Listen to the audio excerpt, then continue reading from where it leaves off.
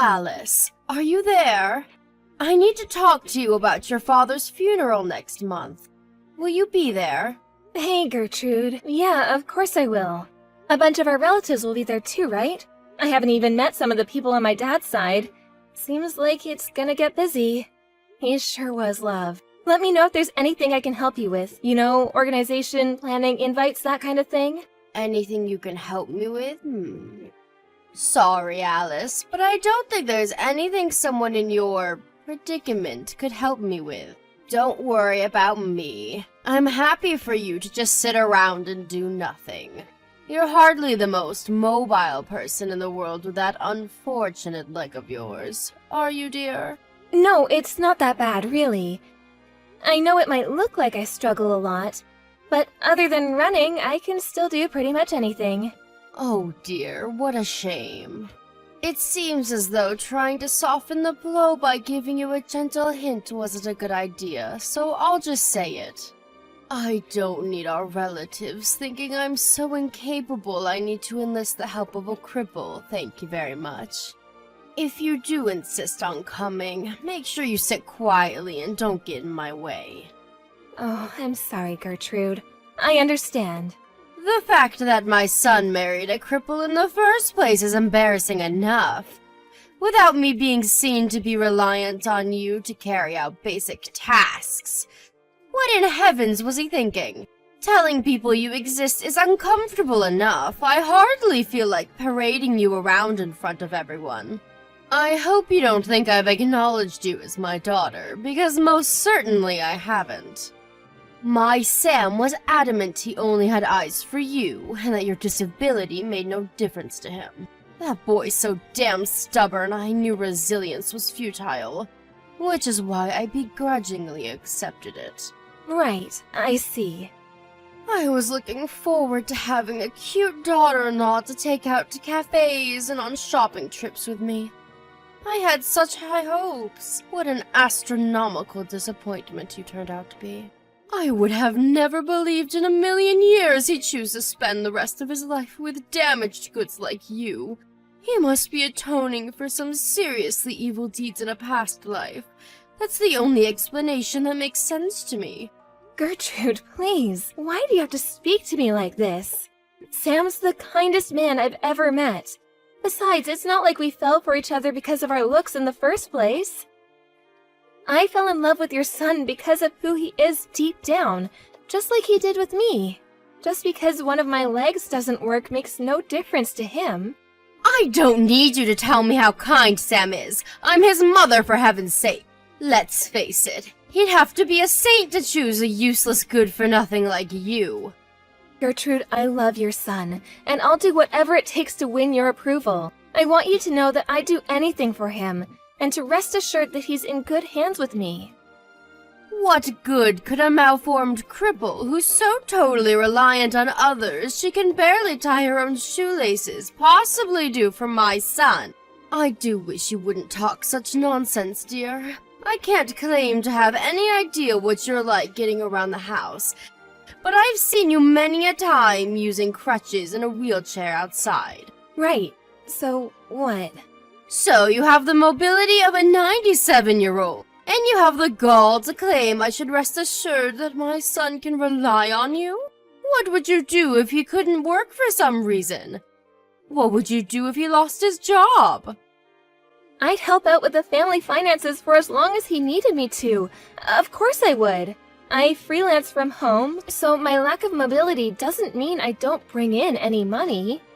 And even while I may technically be disabled, beyond the occasional very minor inconvenience, it doesn't cause me any problems in day-to-day life. It's precisely because I find that so hard to believe that I'm worried, my dear. But I suppose worrying won't get me anywhere. We have to face the facts. Worrying won't make your legs work again. I'm sorry. Did I ask you to apologize? No, I did not. Ah, yes, that reminds me. There was a favor I wanted to ask of you. Oh, really? What is it? I'd love to help out. I wanted you to get rid of all of the weeds in my yard before your father's funeral. Got it. No problem. I'm pretty sure I recall you having an electric mower, right? I'll have it done in a jiffy with that. Unacceptable! Do you know how weeds work, my dear? Let me tell you about weeds. Much like how you've got your claws buried in my son's heart, weeds take root deep within the soil. I want you to pull every last one of them up, roots and all. The electric mower simply isn't going to cut it. You have to do it by hand.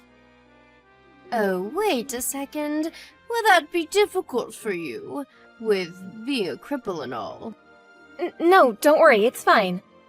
I'll have it done before we leave for the funeral, I promise. I expect great things, Alice. This should be interesting. You might actually be of some use to me for the first time in your life. Alice, you've really gone and done it this time, you silly girl. Hi, Gertrude. Did I do something wrong? At the funeral. You told all of your relatives you cleared out all of the weeds in my yard, didn't you? Well, yeah, kind of. But it's not like I was especially eager to talk about weeds or anything. It's just that everyone was discussing gardening, so I mentioned what I did in your garden this afternoon. After I got clearing out the weeds, you asked me to plant some flowers in the freshly invader-free soil, did you not? One of my relatives was really curious, and she asked me all kinds of things about how to plant and care for the flowers. That may be so, but why did you have to be so idiotically honest? Some things are better left unsaid. Huh? What do you mean?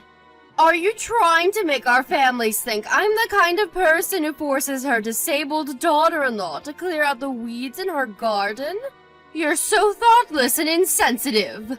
Ugh, how could you do this to me, you little ingrate? I'm your mother-in-law, did you forget that?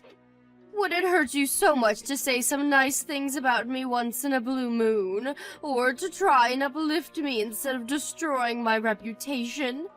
Oh, look, Gertrude, I'm sorry. I didn't realize I was doing anything to upset you. It wasn't intentional. I doubt anyone even remembers what I said about the weeds, and besides, even if they did, why would they think you forced me? It was the flowers they were interested in. I honestly don't think you have anything to worry about. You don't know that for sure. I do wish you'd think before speaking every now and then, dear. Right, you're right. I'm sorry. If you mean it when you say you want to win my approval, making me happy should be your #1 priority. In spite of that, all you seem to do is upset me. Do you enjoy making me suffer? No, of course not. I told you I didn't mean to. I'm sorry. In that case, you better make damn sure that whenever you talk about me in front of others from now on, it's nothing but praise. Praise and more praise. I want everyone to know how fantastic I am. If anyone asks, the only reason you cleared out the weeds and planted those flowers was because you wanted to help me so badly that you volunteered of your own accord. Are we clear? We're clear. Good grief. It looks like your leg isn't the only thing that doesn't work. The fact that I have to explain things that should be as plain as day in minute detail makes it abundantly clear that your brain isn't operating at full capacity either. Are all cripples like this? Gertrude, please. I'd really appreciate it if you would stop calling me that, and I'd like it if you stopped thinking of me as nothing more than my disability. Other than one of my legs not working, I'm no different to you or anyone else. Oh, now I've heard it all. A bottom-dwelling leech who's only able to exist thanks to my hard-earned tax dollars thinks she's the same as me? Please stop being so horrible. Do you think I chose to be this way? Do you think I enjoy it? It makes me sick the way you cripples roll around in your wheelchairs while you suck up the tax dollars of hard-working Americans like me without a care in the world. You assert so boldly how you're no different to me and other normal folk that I believe you might actually be delusional enough to believe it. But the truth is, without sponging off the tax money of decent, respectable people like us, defective articles like you wouldn't have a leg to stand on, would you? pardon the pun. I know you can't help the way you are, but you could at least try being a little more damn humble. I'm not gonna deny it, maybe there are some disabled people who behave arrogantly and act like the world owes them something, but most of us are incredibly grateful for any help we get. Are you really? I wonder. Consider the following. You, damaged goods in the real sense of the term, managed to bag yourself a high-spec guy like my son. You're privileged enough to be enjoying a happy, fulfilling life of the kind that in a just world would only be possible for normal people. That seems pretty damn arrogant from where I'm standing. Disabled folk have the right to be happy too. Throw away these despicable ideas of yours at once. You may have been married for a year now, but I bet not a day's gone by where my son hasn't regretted choosing you to be his wife. How about you hurry up and accept how miserable you make the people around you and do my son the enormous favor of divorcing him and getting out of his life once and for all? Wait, are you telling me to leave Sam? Believe me, dear, that's all I've ever wanted. How could I want anything else? You're nothing but useless, damaged goods, and you serve no purpose in any of our lives. What's the point in keeping you around? You bring nothing to the table. Alice, my leg is itchy. Bring me a back scratcher at once. I can't come and see you again today, Gertrude. I have some important business to attend to now. Important business? More important than me? Impossible! You come back to the hospital right now. Are you being serious right now? I was literally just there. I'm sorry, I can't. I have an appointment to make. I really gotta go. Don't you feel sorry for me? I can't even walk. I'm disabled just like you now. You'd think you of all people would understand how I feel.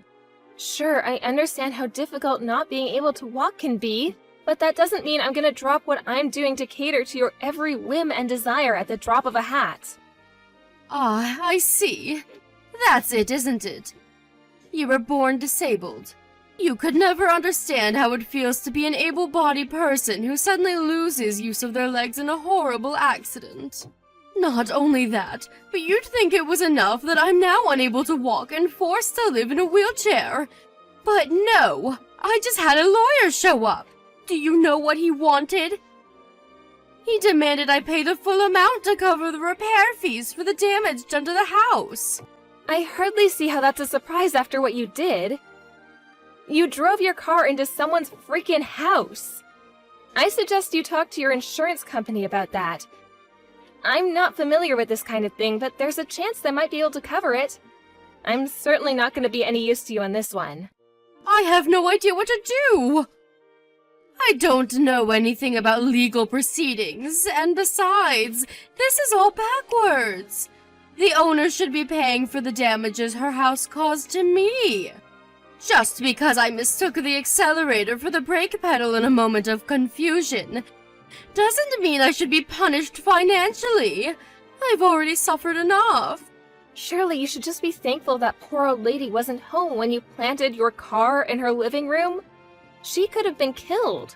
And look, I know this isn't easy, but there is still a chance that with lots of hard work, rehabilitation, and some positive thinking, you could walk again one day. Maybe so, but there's no telling how long that could take. I was supposed to be going on a girls' holiday with my friends next month. There's no way I'll be going now. What did I ever do to deserve this?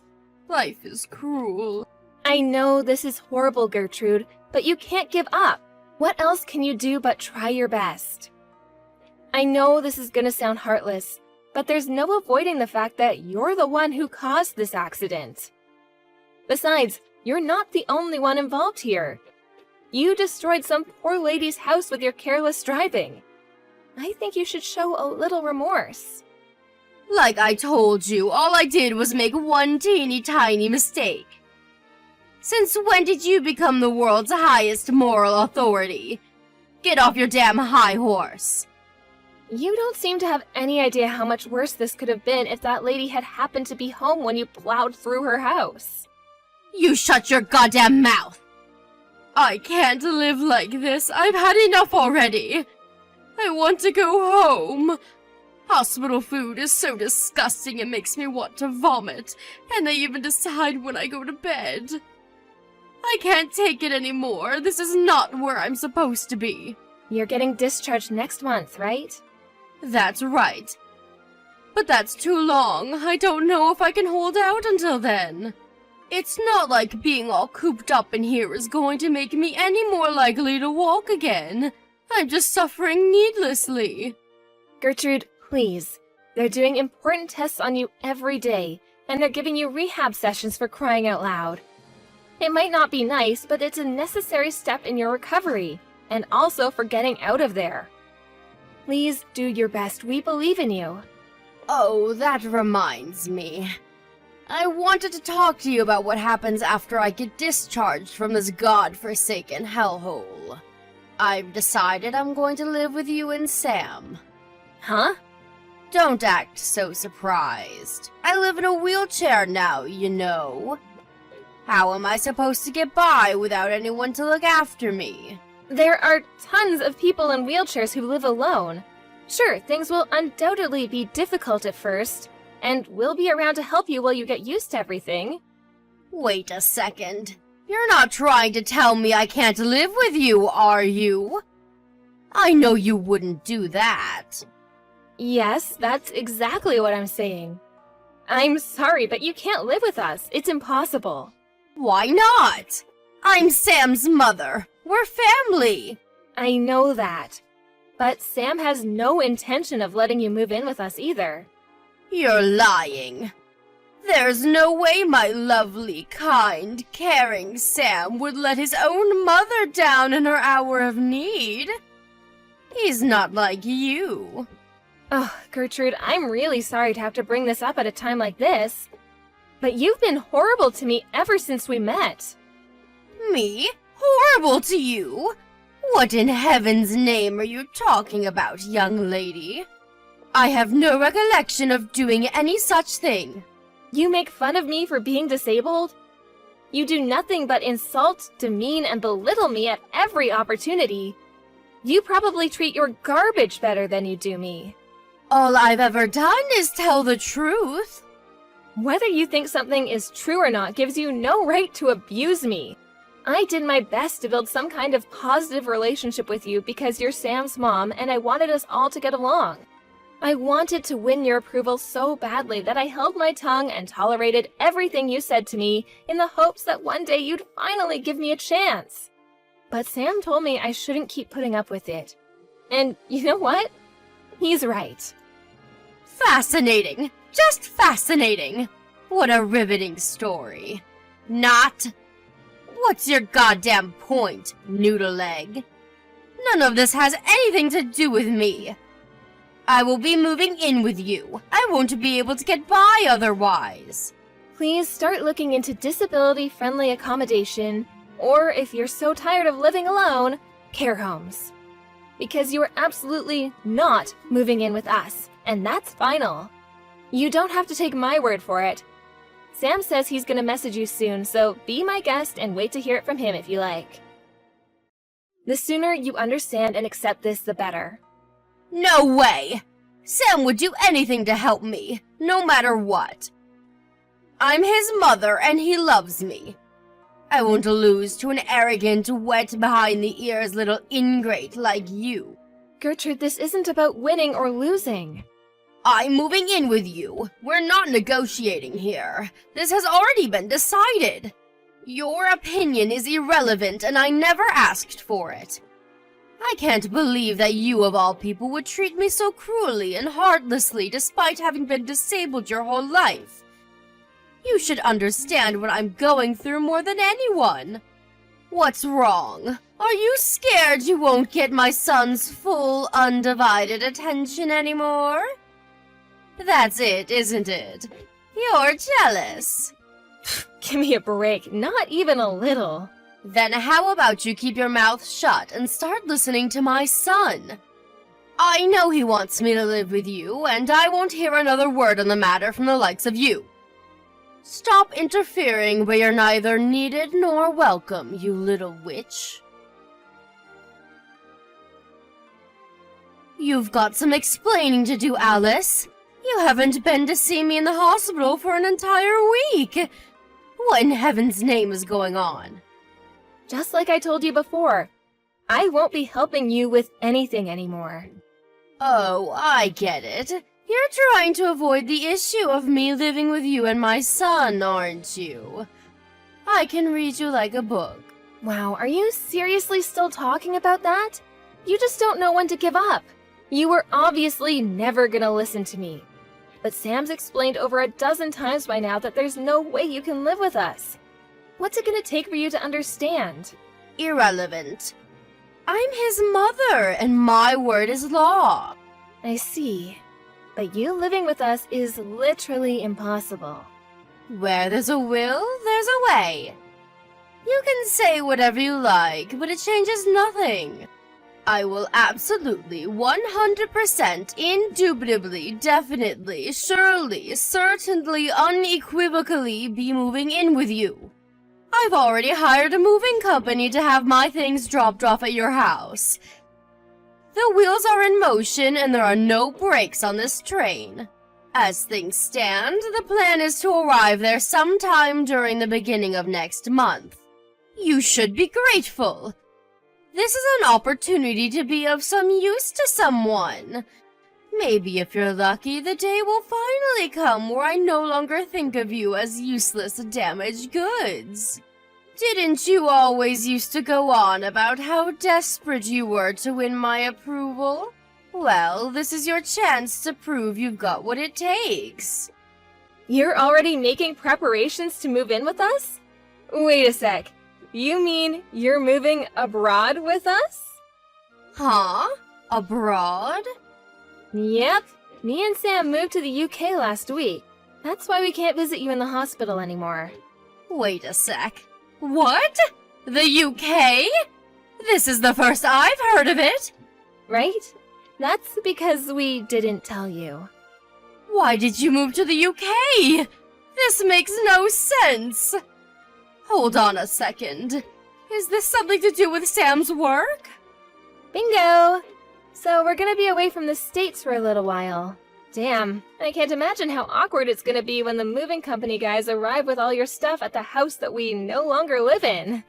How many times did I tell you moving in with us was impossible?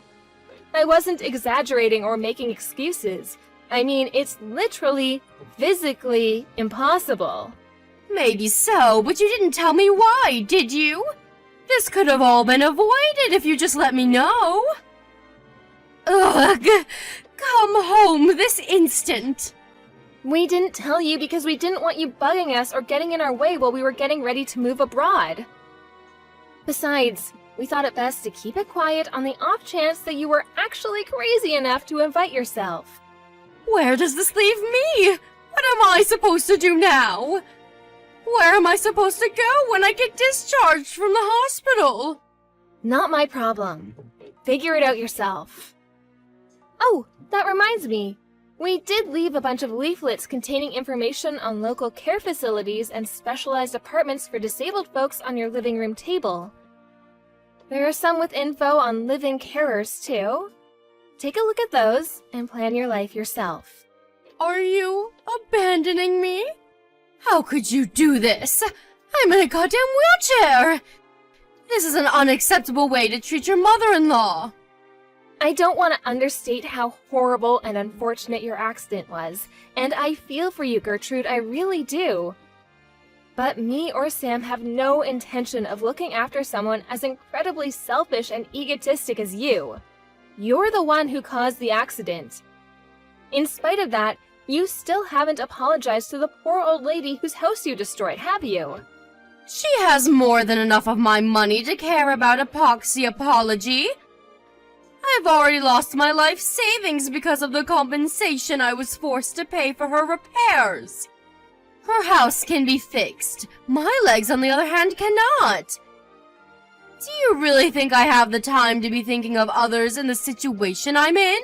It's not that I don't understand how you feel, but I want you to think for a moment. I want you to remember something you said to me a little while ago. What was it again? You could at least try being a little more damn humble. So how about it, Gertrude? Have you not got what it takes to show some humility? That's super important for cripples like you and me, after all, right? This isn't fair. I was a normal person when I said that. I mean, no, wait. I'm still a normal person. I'm not a cripple. I'm not. They said there's a chance I might walk again if I work hard at rehab. Great. That means you can stop trying to rely on others and live by yourself then. You are normal after all, aren't you? Shouldn't be an issue, right? I am, but things are different now. Or at least for the time being. Have you no heart? Don't you feel in the slightest bit sorry for me? Your poor aged mother-in-law has to live in a wheelchair for heaven's sake. You have no idea how crushingly lonely it can be to live on your own at the best of times, let alone in this state. Have some sympathy. If you got enough fight left in you to be pestering me like this, I'm sure you'll be just fine. You know what astonishes me the most? That you actually think I'd help you after the way you abused and made fun of me for being disabled all this time. Surely you're joking. You have to be. No human being is this ridiculous. But I thought you wanted my approval. I thought I made this clear already, but any desire for your approval I may have had back then has completely disappeared. I'm blessed enough to have a kind, caring, loving husband who accepts me unconditionally for who I am, and that's all that matters. What more could I possibly want? Alice, listen to me. I'll accept you as my daughter-in-law and my son's wife if you let me move in with you. This is what you've been waiting for all this time, isn't it? I may have been a little inconsiderate towards you at times in the past, but I get it now. After losing use of my legs in the accident, I finally understand how you feel. I'll never do anything like that again. Won't you at least think about it? Pretty please? I will not. We could find a place with wheelchair accessibility in the UK, you know. I know the rest of the world isn't as advanced as America, but they should at least have ramps. You wouldn't happen to know anything about why I haven't been able to get through to Sam for the last few days, would you? Would you be a darling and pass on a message for me? I need you to ask him to consider flying me over to the UK to live with you both. I won't be doing that. But Alice, I'm begging you. I'm in a wheelchair and I'm begging you. What's the harm in passing on a message? Why won't you just hear me out here? You haven't heard me out even once ever since we met. Why should I suddenly be interested in anything you have to say? Alice, I'm so sorry. I've been a fool. I'm so sorry for the way I've treated you. My behavior was unacceptable. I feel horrible, dear. But I really am begging you here. I'm begging you with every last fiber of my being. Please. Please don't abandon your mother-in-law like this. Sam already made this clear, but apparently it didn't go in, so I'll tell you again. You're not the only human being on this planet, and you need to start living with some consideration for others for a change. The world owes you no favors, and you can't always get your own way. That's life, and the sooner you accept it, the better. I'm not saying I want my own way all the time. Besides, I obviously don't get it, do I? If I did, I wouldn't be alone and miserable in this wheelchair. This isn't my fault. There's no reason for me to speak to you as long as you're living in denial of what you've done. Have a nice life. Alice, wait. I'm begging you. Please just pass the message on to Sam. That's all I ask. You can hate me, you can curse me, you can think what you want of me, but please, please pass on the message. I'm sorry. I'm remorseful for the way I treated you. I'm sorry I ignored the way you felt for so long, and I'm sorry I ignored everything you and Sam said to me. There's nothing I can do for you. Surely that's not true. Sam thinks the world of you. Surely one word from you is all it would take for him to reconsider how he feels about me. If you forgive me, he will too. I just know it. But I'm a defective article. Good for nothing, remember? Even if I wanted to, I could never be of use to anyone. Your words, not mine. All I'm doing right now is what your son asked me to. Which is why there's nothing I can do for you. You're on your own. Have a nice life. Bye! After that, I was beraged with a torrent of panicked messages from my desperate mother-in-law. Naturally, I blocked her, and now, with her gone, my life is stress-free. I said all I had to say at the end there, so I have no regrets. A major toxic influence has been removed from our lives, and we're not looking back. That said, she decided to move into an apartment complex equipped with specialized facilities for disabled people, for which she needed the signature of a close relative to act as her guarantor. We enlisted the help of Sam's uncle to act as a go-between to avoid the unpleasantries of corresponding directly with her. And so the procedures to dispose of her once and for all are currently underway. I can't help but feel a little guilty for dragging Sam's uncle into Gertrude's mess, but it couldn't be helped. To my surprise, he readily accepted. He said he'd long had his suspicions she might be mistreating me because he knew exactly what she was like from his own experiences with her growing up. Eventually, her application for the wheelchair-friendly apartment was approved. She's currently living there alone. Everyone who knows her thinks she got exactly what she deserved after finding out the way she'd been treating me, which sadly for her means that she never gets a single visitor. After being paralyzed from the waist down, my mother-in-law, who used to be super active, having formerly been an avid mountain climber, is now confined to a tiny apartment and leads a wretched existence of soul-crushing loneliness. I heard from a friend of a friend who happened to see her out shopping that she looked like she'd lost all her spirit and vigor, a depressed, broken husk of a human being. What life brings next is entirely down to her. In any case, it's not our problem. She's not in our lives anymore, and she never will be again. She's nothing more than a distant memory now. Me and my husband are looking towards our own future together and intend on building the best life possible for ourselves in the UK. I have nothing but gratitude towards my amazing husband and our wonderful relatives, who have all been super supportive over the whole Gertrude incident.